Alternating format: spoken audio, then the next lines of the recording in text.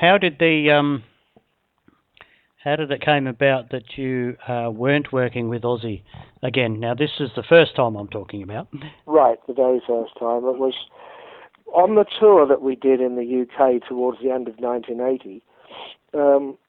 Sharon had come back to England from America, and she was on the tour with us as tour coordinator. Well, that's when Ozzy and Sharon started their little affair.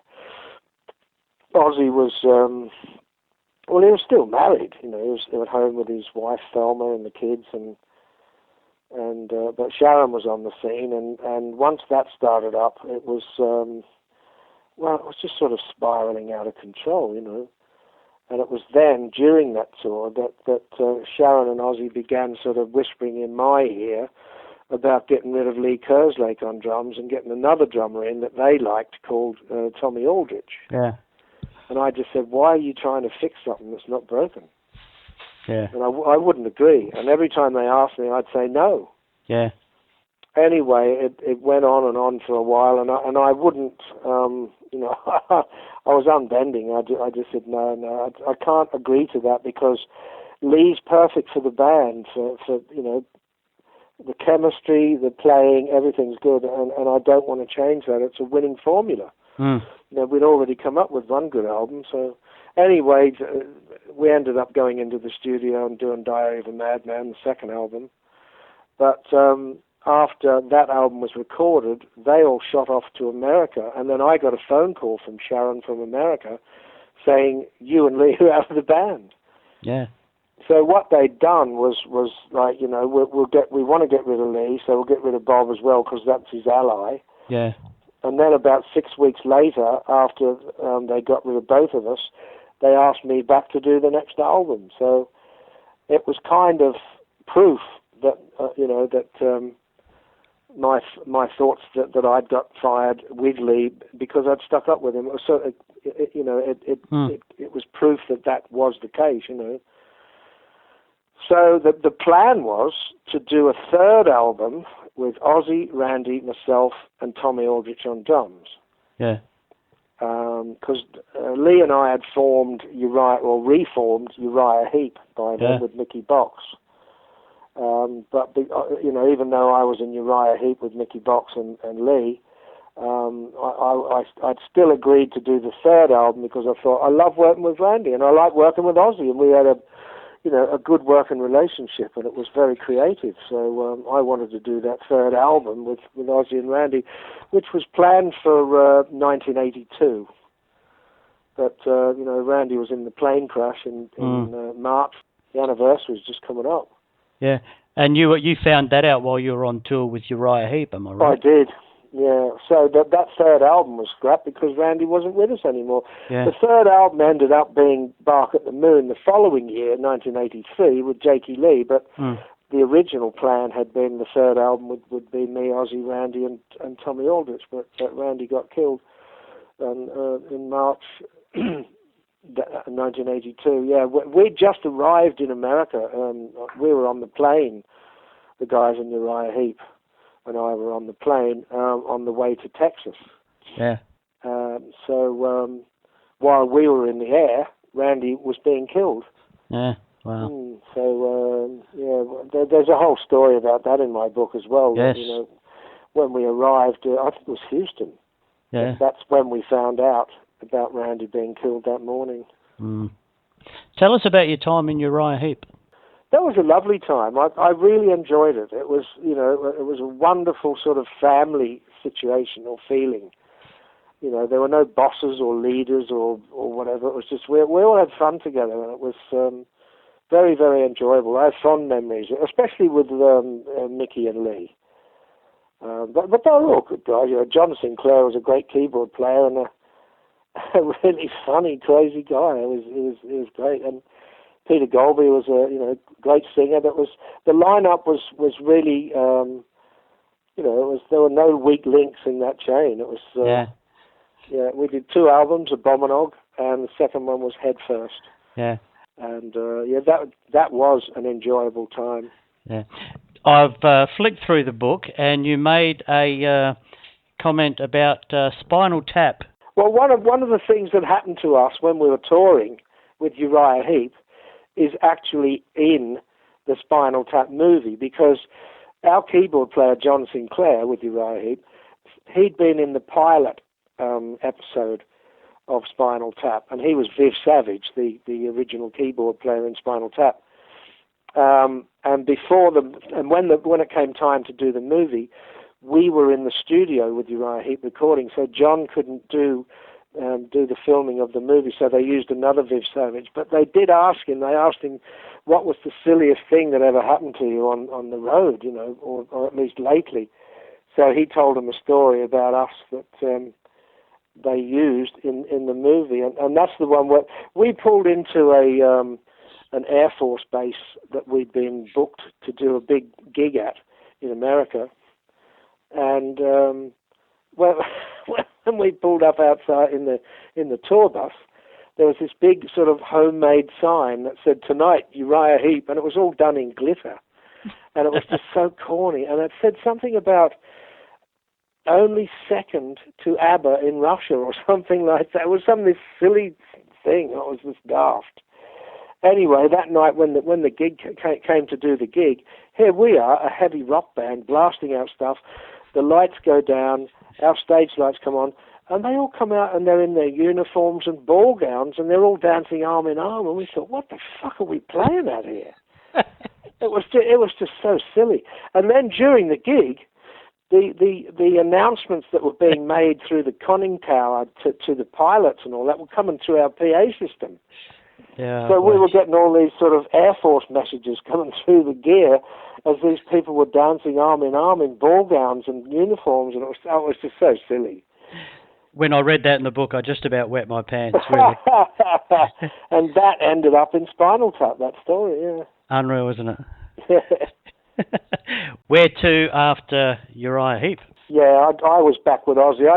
I got the phone call from Ozzy saying, will you still do the third album? Because the third album had been put on hold, obviously, because it was supposed to be with Randy, and he got killed. So in 1982, the third album didn't get done. But by 1983, they were ready to do the third album, and they had Jakey Lee on guitar by then. Mm. So I got the call from Ozzy, and he said, will you still do the third album? I've got a new guitarist, Jakey Lee. And so I ended up going back to Ozzy. Part of the decision, it was hard for me because I enjoyed being in Uriah Heep, but I just don't think that they were being handled right. They weren't getting the right amount of promotion, or situations weren't being taken advantage of. Like, for instance, we had a single out called That's the Way That It Is, and it was getting a lot of play on MTV. The video was getting a lot of play on MTV in America and that. But the kick that we needed behind us to get us further up the chart, it just wasn't happening. So I don't think the record company and the management were doing the right thing. So that was a bit disappointing for me. And I did feel disappointed in leaving Uriah Heep to go back to Ozzy. But it was sort of, I didn't have a choice. I just had to. Uriah Heep was paying the bills, but I didn't want to just make ends meet. I wanted to go further, so, I knew I liked working with Ozzy anyway. Ozzy and I got on great together. We were mates, So it was just a shame how it all turned out. Yeah. But so I went back to Ozzy and we did another album, which was Bark at the Moon, and then we toured the world with that. Went everywhere with that. Any special memories from that tour that you'd like to share? There's some in the book, but I suppose the general memory is working with Jake. What a great guitar player he was. Yeah. I haven't seen him play lately, but apparently he's playing again because he went off the scene for a long time. But he's back playing again, and I thought that guy was very underrated. He was a very, very good player, a very good live. Yeah. I actually saw Ozzy in '86 in New York, and Jakey was playing then. Yeah, great player. Fantastic. Jake, yeah. So where to after this time round with Ozzy? Well, that lasted for a while, and then I think at the end of '84, when I was still working with Ozzy, I did some stuff with Gary Moore. I went to Ireland, because I'd already played on some tracks of one of his albums by then. Yeah. And I went to Ireland with Gary to film 4 shows, 2 in Dublin and 2 in Belfast, for a live video of his shows. They put bits of each show together and made a live Gary Moore video release. And when we'd finished the last night, the 4th night, I remember we were having a bit of a drink together, and it was all over. And Gary actually said to me, he said, "If you're ever interested he said, the door's always open." I thought, oh, that's a nice thing to say. It is. Anyway, in '85, Ozzy and I had a bit of a fallout, and I ended up out of the band. So I ended up working with Gary Moore then after that, and that went on for quite a few years. Although in the sort of times off when I wasn't working with Gary, and I did some more Ozzy albums and other stuff with other people, Black Sabbath and Bill Ward. Yeah, tell us about that. Tell us about the Eternal Idol. Well, I got a phone call out of the blue. It was like, I was working with Gary, but we had a bit of time off, and I got a phone call from the producer, Jeff Glixman. And I'd worked with Jeff Glixman on some of the Gary Moore tracks when I did those. He's a nice guy, and Jeff and I got on very well together. Well, I got this phone call, and he was in in Montserrat, in Air Studios, which was George Martin's other studio. He had one Air Studios in London and one in Montserrat, which is in the West Indies. He said, "I'm here with Black Sabbath." He said, "The bass player that they had has just gone home. He had some, I don't know, personal issues to deal with or whatever." He said, "Do you fancy doing the Sabbath album?" I said, "Well, okay, let me see how much time I've got, what's going on." Da, da, da. So I had a talk to Tony Iommi, and I had a talk to Patrick Meehan, who was their manager, and we struck up a deal. And I think it might have even been the next day I was on a plane to the West Indies from London. You got around, didn't you? I sure did. I tell you, I know. And they didn't have air miles in those days either. Oh, spewing. I would have bought a house with them. Now, the original vocalist on that album was Ray Gillen. Ray Gillen, great singer, nice guy. Yeah, Ray was a good singer. It was he left the band to go and do the Blue Murder. Well, yeah, that's right, with Carmine and that. Mm. And that was John Sykes too, wasn't it? Yeah, it was. Mm. Yeah. But once he left, they instead of leaving his vocals that he'd already done on the album on Eternal Idol, they got Tony Martin in to come in and redo them. Yeah. But at least the album hadn't been released, so nobody knew any different. But I mean, really, they were Ray's melodies and they were Ray's phrasing. And that was great. Although Tony Martin did a lovely job, he did a great job of replacing what Ray had done. But really, it was, well, I suppose you can hear the difference because they've released both versions now. That a while back they released a double album, one with Tony Martin's vocals on it and one with Ray Gillen's on it. So yeah. I would say that Ray'd be at least very pleased now that people got to hear what he'd done. Yeah. Being that he's no longer with us. He had a fantastic voice, Ray Gillen. Yeah, great voice. Great image too. He looked great on stage, Yeah, okay. So did you play like live with Sabbath at all? No, I was working with Gary Moore, and they asked me to join the band permanently and become a member of Black Sabbath, but I said I wasn't really that happy with the way they were being handled either, with their management, and that there was stories going around that people didn't get paid and things weren't happening right and not being handled right, and I thought, no, I don't want to take that chance, and I was pretty happy working with Gary Moore, You ended up doing a lot of work with Gary Moore, didn't you? Oh, yeah, a lot of touring, a lot of albums. Yeah. What a great player that guy was. Oh, just incredible. Yeah. Man, he's got to be one of the all-time greats.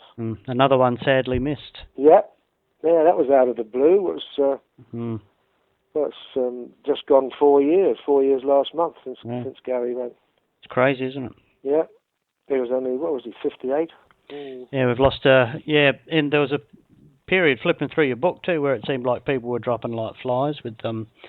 Oh, it's been terrible. A lot of it has been very sad. I mean, when I was writing that book, some days I'd write a funny story and I'd actually be laughing out loud because I could remember it all, and it was like so vivid and it was just so funny, some of the stuff. But other times I'd be writing and I'd just tears streaming down my face because it was, some of it so sad of, losing people. Incredible. Now, you mentioned Bill Ward before. Yeah. Tell me about your work with Bill Ward. Well, that was when I was touring America with Gary Moore. Yeah. And when we got to LA, I got a phone call at the hotel from Bill Ward, who was, now he wasn't the drummer with Sabbath at that point, was he? No, he wasn't. No. No. I actually did an interview with Bill Ward as well. Oh, did you? Right at that time when Ward 1 came out. And okay. He's a lovely bloke, Billy Ward. I like Bill a lot, and he said, do you fancy playing on a couple of tracks on the album? Because he was doing this album, Ward 1, along the way. And I thought, what a fucking great album that turned out. And it ended up getting sort of, I don't know, shelved for a while. And it took like 2 years to come out or something, and that really affected the momentum of the album. But yeah. I still play that album sometimes, and when I listen, I think, what a great album, because it's different. It doesn't sound like anyone else, and it's like, really, really good ideas, song ideas, and I like working with Bill. That was a nice time. It was only a couple of tracks, and I was only in the studio with him a couple of days, but very enjoyable. Now, reading your discography, yeah, you've appeared with Ozzy on a number of occasions. Yeah. Now, it seems from your book that many times you were promised things by the Osborne organisation which didn't eventuate. Now, I'm probably the 10,000th person to ask you, but why did you keep going back? It's a difficult question to answer because the situation was so complicated. Mm. It's like... You tend to think, well, because they're always friendly. Well, I used to go to their house, they'd come to my house, we'd have dinners together, we'd visit them, they'd visit us. It was always a really friendly situation. And Ozzy and I got on great together as mates, and we got on great together musically as well, with putting ideas together. And quite often the business side of things takes a back seat because you're more interested in the camaraderie, the friendship, the creativity, and all that. And you do tend to sort of hope for the best. Oh, this time they'll live up to their word, or this time they'll be put things right. And you get promised things, and they just don't happen. So, but it wasn't as simple as black and white. You got fucked. Why did you go back? It's not that simple. Okay. So I suppose really you have to, if you didn't quite get it. Have you read the book? Have you read the whole book? Not the whole book. I only got it the other night. That's what you need to do, because if you skim through, you don't get the full story. You don't get the big picture. See, the whole story is very interconnected, interwoven, and interrelated. So if you skim through, you're not going to get the whole story or the big picture. Yeah. So then, if you do that and really read between the lines, you'll understand what happened, how it happened, and why. Now, songwriting credits. Yeah. Seems things didn't go brilliantly for you in that department. I think I've had most of the songwriting credits. That's never really been an issue. Like Blizzard and Diary, we all had the right songwriting credits on it. It was performance credit on Diary because they put Rudy Sarzo and Tommy Aldridge's playing on it, and they hadn't played a note or a beat on it. Yeah, okay. Plus, when Lee and I went, we'd already co-produced their album. The four of us produced it together with Max Norman.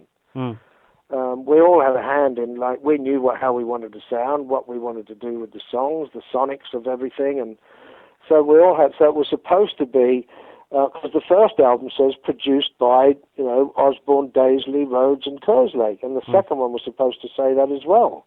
Right. And it didn't. It just says produced by Osborne, Rhodes, and Max Norman, which was bullshit. So the credits on Diary that we got, I don't know, people tend to pick up on songwriting credits that didn't happen, but they did happen. We had our songwriting credits on both albums. Didn't get production credit, and we didn't get performance credit just on Diary. But on Bark at the Moon, that was a bit of a complicated situation with publishing and all that. So Jake and I decided, we agreed to take a buyout. That means you get paid for writing the songs, and then because of the complications, they put all the songs down to Ozzy, which was bullshit because he couldn't even play an instrument. You know, it was a bit laughable, really. All songs written by Ozzy Osbourne. Yeah, and I'm Santa Claus. But the other stuff I did with him, I got my songwriting credits. You know, like. And then the Hoochie Coochie Men with John Lord and Jimmy Barnes was on that as well, wasn't he? Yeah. That must have been fun. It was. How that all turned out was my manager Drew Thompson. He's in Melbourne, and I've worked with Drew since the beginning of 2002, and he was doing something with promoting John Lord while he was out here, and John was doing some classical concerts, you know, with his orchestra and all that, and he was supposed to play at the Sydney Opera House, and I think he injured his thumb or something, and he said he couldn't play classical, you know, the acoustic piano. He said that he could get away with playing Hammond organ because it wasn't as demanding, and it's easier to play that way. So Drew phoned me and he said, John Lord's in Sydney at the moment. He said he's cancelled a couple of his shows. Do you want to do something with him? Because I had a band called the Hoochie Coochie Men, was just a little blues band that we did for fun. You know, it was. So he said he's at Whale Beach, which is not far from me, on the northern beaches of Sydney. You know, I said, oh great, I'll give him a call and we'll hook up. So John and I had a dinner together that night, and then we said, oh, let's do some shows. And one of the shows was the Basement in Sydney. And Drew organised filming of it, and it ended up as a live DVD. And anyway, that was, we did some shows, and they were filmed, and we had the live DVD and that, and then John went off and did whatever else he was going to do. And I had a word to John a couple of years later. I said, well, we did that live thing, which was a bit sort of spontaneous, and I said, what about doing a studio album? So you know, Tim Gaze and I wrote some songs, and we and did some covers, some blues standards, and we put that together with a few different singers. Jimmy Barnes, a guy called Jeff Duff here, Ian Gillan sang on a couple of tracks, Tim sang some tracks, but you know, and then I went to London to record John's parts on Hammond organ, and then we had that album Danger White Men Dancing, which turned out really well. I was pleased with that album. It was a really good album, and we were supposed to do another studio album because I'd talked to John about it. You know, I remember phoning his house, and I said, you know, the album was received really well, but first of all, his wife answered the phone. I said, is John there? And she said, oh, yeah, I love that album that you did. She said, you're going to do another one? I said, that's what I'm phoning about. She said, oh, yeah, do another one. We love that one. So I talked to John about doing another album, but it wasn't long after that he was diagnosed with cancer. Yeah. Then the following year he went. So, you know, we were meant to do a second studio album with John, and it just didn't happen. Just another massive loss to the music industry, wasn't it? Terrible. Just amazing. Yeah. Now, you've chronicled your life in a book, For Fact's Sake. Yeah. And that came out, what, last year? Year before? Year before, 2013 it came out. Yeah, how's that going? Very well, really well, actually. People are loving it. You know, it's you can buy it at Amazon UK, Amazon Canada, and Amazon America, or you can buy it from my site. They have some signed copies there as well.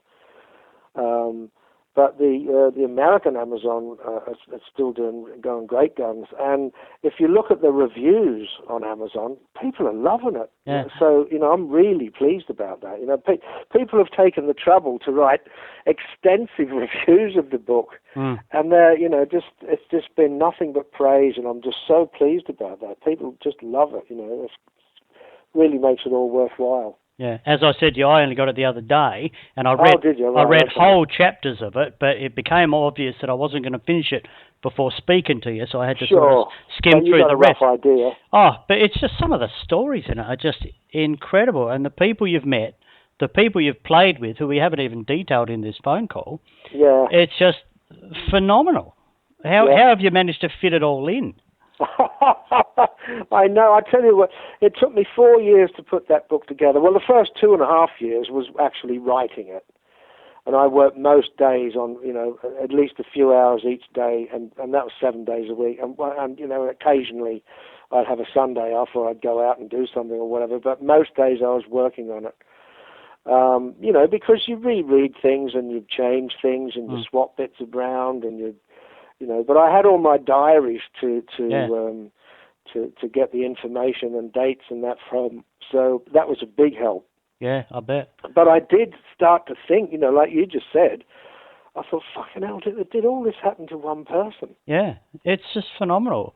And in between, like you're recording with this person, you're flying out, laying some bass tracks down with that, then you're back on tour with this other person, and then you get a phone call from, rah, rah, rah, and then you're here, and then you're there. I'm thinking, how did the guy sleep? I know. Sometimes, like weeks and months, I had permanent jet lag. Oh, it was, and that takes a lot out of you.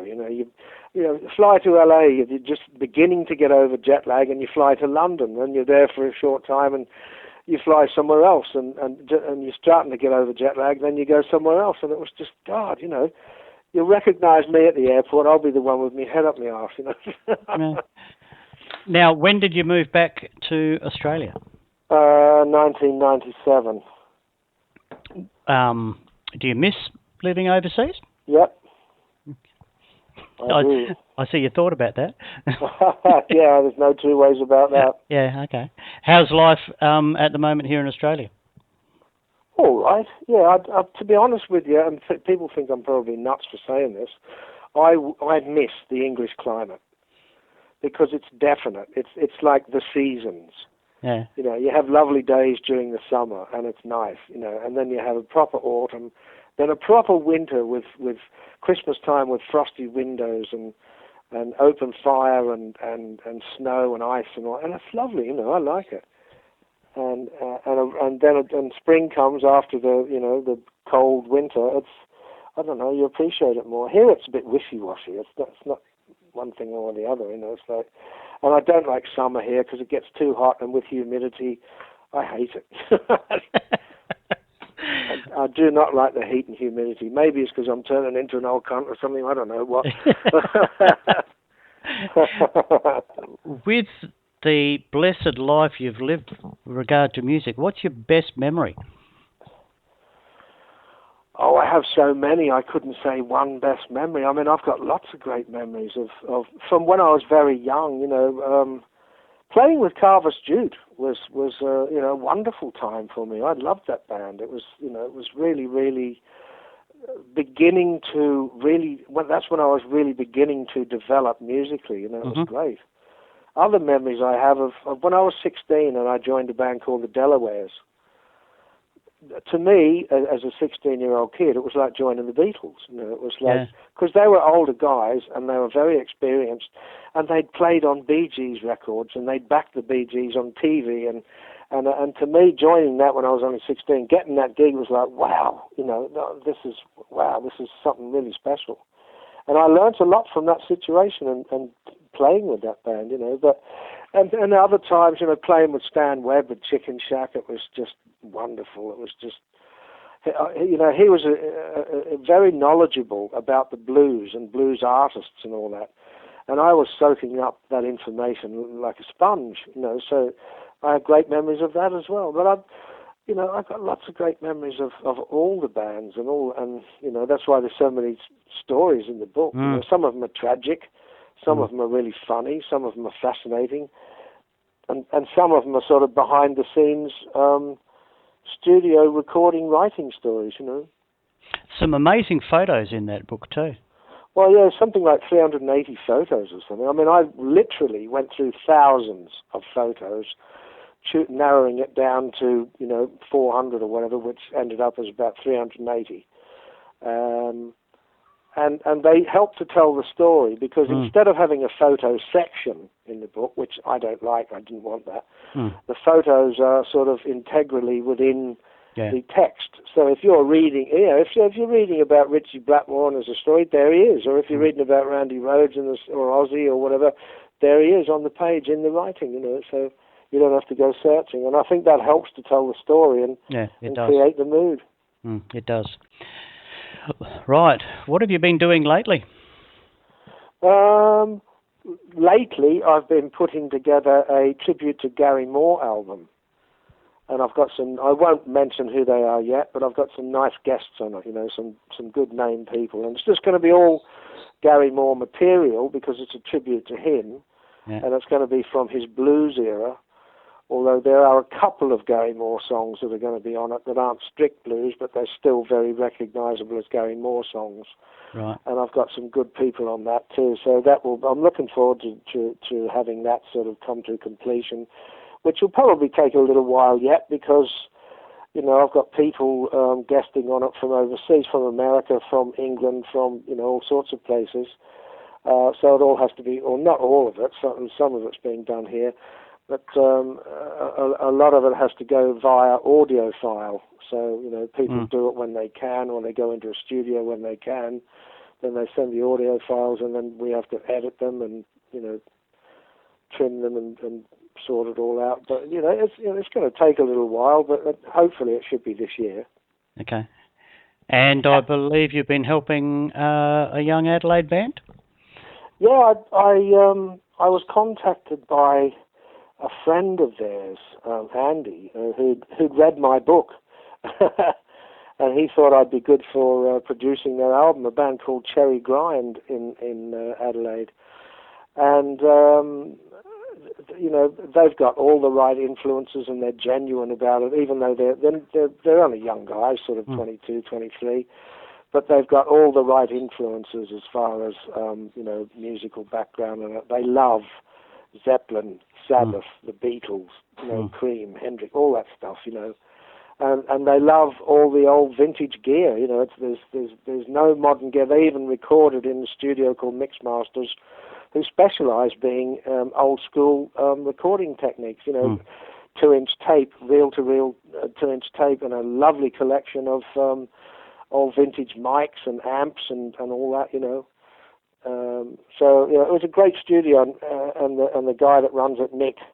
He's well into all that though, but these guys, they even play vinyl records on a turntable, and it has to be vintage valve amps and collectible gear, and so they're a great little band, I enjoyed it, and all the material's original. They've written it, so I hear that they have a bit of a following in Adelaide, so I hope that spreads.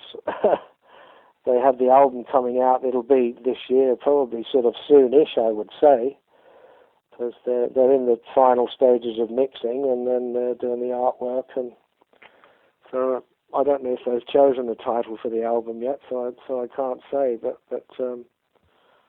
maybe it'll just be called Cherry Grind. I don't know. Yeah, I don't have any news on that either. Even though I have communicated with them recently, but I didn't drill them on that, but we can fix that at a later stage. Bob Daisley, absolutely magnificent talking to you today. I'd like to thank you for taking the time, and quite a large chunk of your time it was, and wish you all the very best for all the projects you're working on now, and thanks for your part in our musical lives. Okay, Mel, thanks a lot, and all the best to everyone down there. Say hi to the grinders for me. I will. Yeah. Thanks, Bob. Okay, mate, all the best. If you need anything else, just drop me a line. Excellent, Bob. Can't thank you enough, mate. Have a great day, and I'll be in touch. Okay, you too.